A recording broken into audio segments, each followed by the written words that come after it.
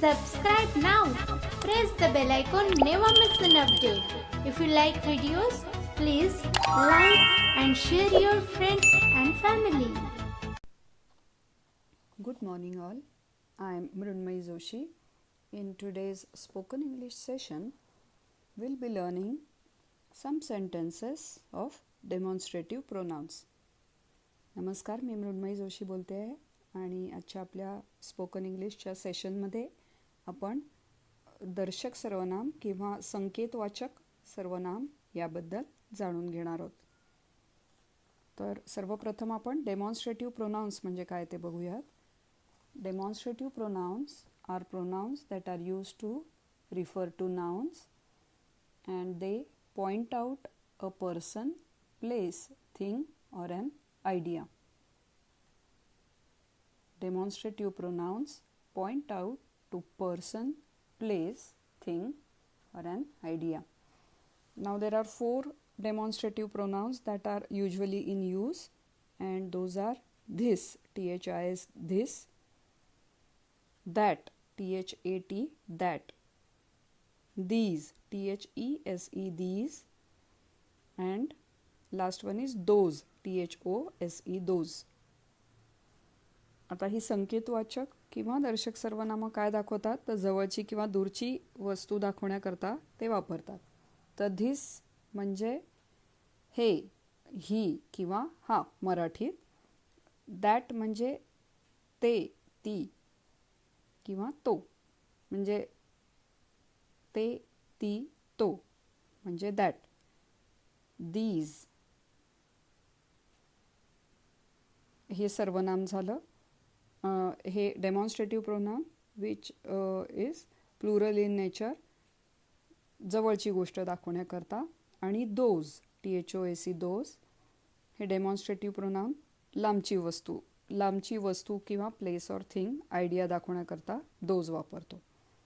तर थोडक्यात जवळची सिंग्युलर वस्तू जर असेल तर दाखवण्याकरता धिस वापरतात. अनेक वस्तू असतील जवळच्या तर त्यांच्यासाठी दीज वापरलं जातं.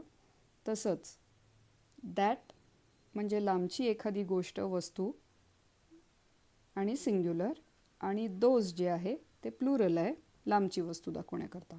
तर आपण सेंटेन्सेस बघूया म्हणजे हे पटकन क्लिअर होईल. Let's look at the first sentence. We will be using demonstrative pronoun this, this. This is the correct answer. म्हणजे हे बरोबर उत्तर आहे.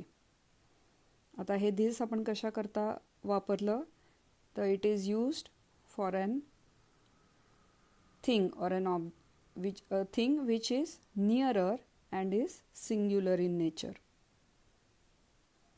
आता आपण दुसरं वापरूया दीज, THEAC.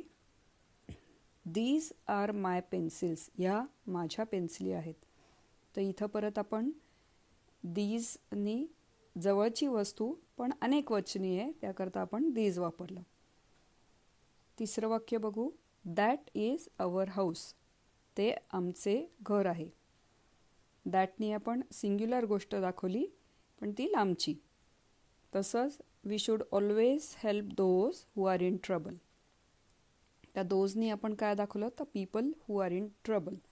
हे आपण अनेक वचनी प्लुरल वापरलं.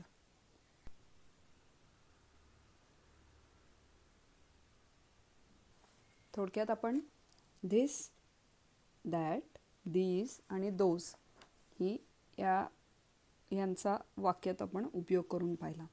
Now let us look at the common mistakes that we make. The phrases that of. I will take an example. The climate of Mumbai is better than Chennai. आता हे चुकीचं वाक्य आहे. कसं ते बघूया.